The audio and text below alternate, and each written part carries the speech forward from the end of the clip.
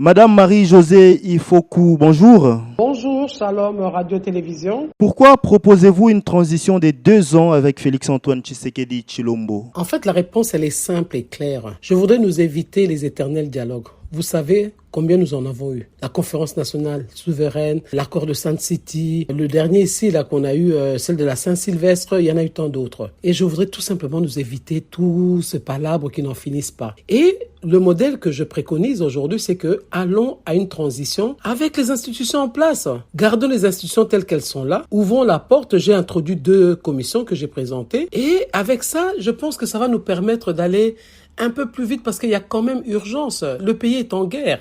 Donc si le président Félix Tshisekedi accepte d'écourter son mandat et que nous pourrons commencer cette transition en juin, donc lui aura perdu aussi 7 mois ou 8 mois de son mandat. Et comme nous sommes basés sur les institutions de la Constitution, cela ne nous empêchera pas d'avoir une transition qui servira aux intérêts de notre pays. Nous avons besoin d'un véritable État. Nous nous sommes rendus compte que la constitution de la Troisième République a ses limites. Vous voyez cet article 70 où il y a eu cette nouvelle disposition à la fin de son mandat. Le président de la République reste en fonction jusqu'à l'installation effective du nouveau président élu. Cette disposition a été interprétée par la Cour constitutionnelle et ça a profité à un homme. Tout ça, c'est pour vous dire que nous avons des lois, pas des lois pour monsieur et madame tout le monde, mais nous avons des lois faites sur mesure. Et voilà, aujourd'hui, la majorité de l'époque en paye les frais, puisque celui qui est là a été dans l'opposition et il en profite.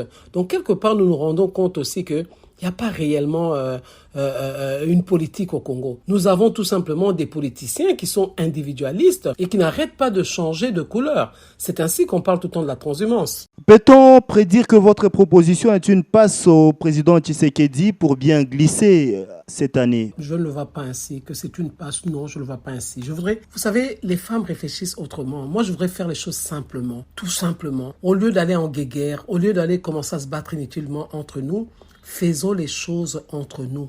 Cessons d'aller tout le temps nous plaindre auprès des autres, de ceux-là qui ne nous cherchent pas du bien nécessairement. Alors, asseyons-nous ensemble. Lui, il est déjà là, il est en place. Alors, puisque la Constitution lui permet de demeurer à ce poste-là jusqu'à ce qu'un nouveau président soit élu, pourquoi voulez-vous qu'on parle de quelqu'un d'autre? Bon, et admettons qu'on accepte de le faire partir. Qui va le remplacer? Il va le remplacer par quels moyens? Sur base de quelle loi? Sur base de quelles dispositions? Sur base de quoi allons-nous le remplacer? C'est ainsi que je parle de 2 ans au lieu de faire 3-4 ans de transition. Allons-y avec 2 ans. Ça passe vite. Il y a quelques années maintenant, madame, vous avez été à la base d'une pétition pour les divorces FCC Cash. Aujourd'hui, c'est une transition que vous proposez en faveur des Tshisekedi. Vous jouez à la politique de la main tendue au président Tshisekedi? Oui, c'est vrai. Il y a quelques années, je voulais absolument qu'il y ait la séparation ou le divorce entre le FCC et Cash. Parce que pour finir, nous avons constaté que ça ne nous apportait rien. On est toujours dans ces guéguerres.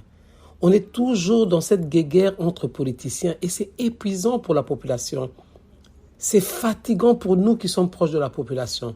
Et donc, je voudrais qu'on puisse comprendre, ma proposition ici ne profite pas nécessairement à Félix Tshisekedi.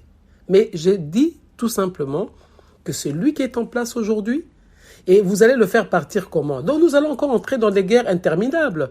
Donc moi je me dis 2 ans. Même pour finir, ça ne sera pas 2 ans puisque je demande qu'il écourte son mandat. Donc à partir du mois de juin, nous pourrons démarrer. Donc il aura perdu, je vous ai dit, 7-8 mois. Donc en réalité, il aura fait quoi? 1 année de plus. Mais 1 année de plus pas seul, puisque je demande qu'il y ait un gouvernement de réconciliation nationale. Nous devons aller à une réconciliation. Mais ça ne va pas, il n'y a pas d'État. Nous devons nous regarder en face et nous dire que ça fait des années que nous sommes dans cette situation-là. La Troisième République nous a apporté quoi au juste? Si ce n'est satisfaire les égos de chefs de guerre.